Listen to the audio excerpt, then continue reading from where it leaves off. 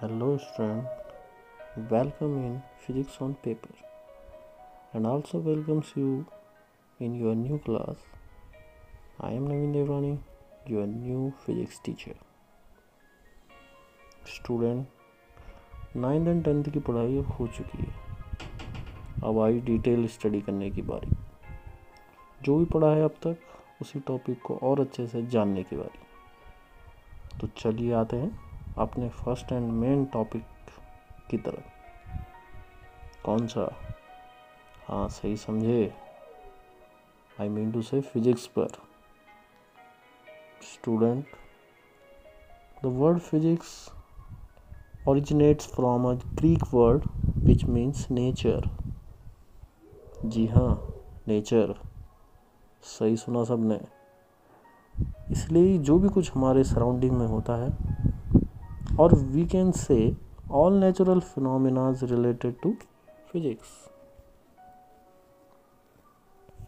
बात करते हैं to quest in physics. Quest in physics क्या है? दो होते हैं। पहला है unification.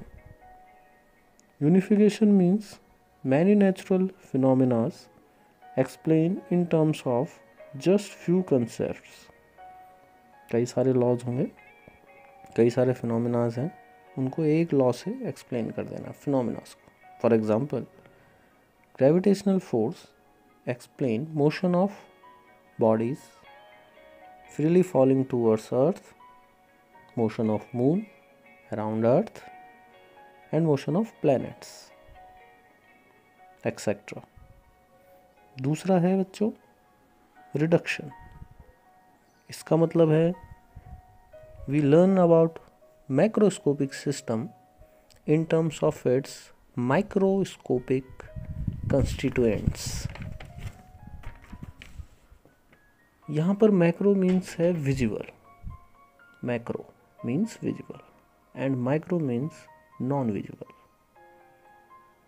For example, learn about atom to substance. इसको कहते हैं रिडक्शन। ओके, अब बात करें scope of physics. Students, scope of physics is very wide.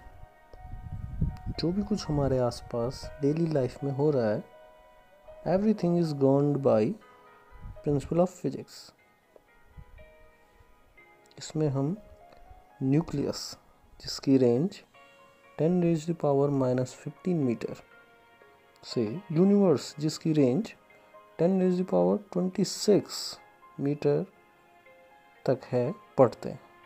तो इसी से हमें पता चलता है स्कोप ऑफ फिजिक्स काफ़ी वाइड। अब देखो about branches. Students, physics have mainly two area of study.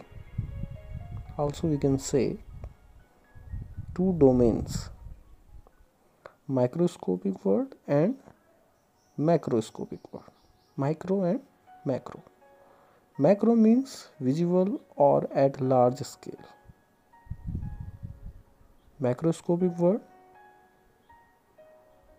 it includes branches of physics like mechanics, optics, thermodynamics, etc. And micro means non-visible or at very small scale. It includes branches like quantum mechanics.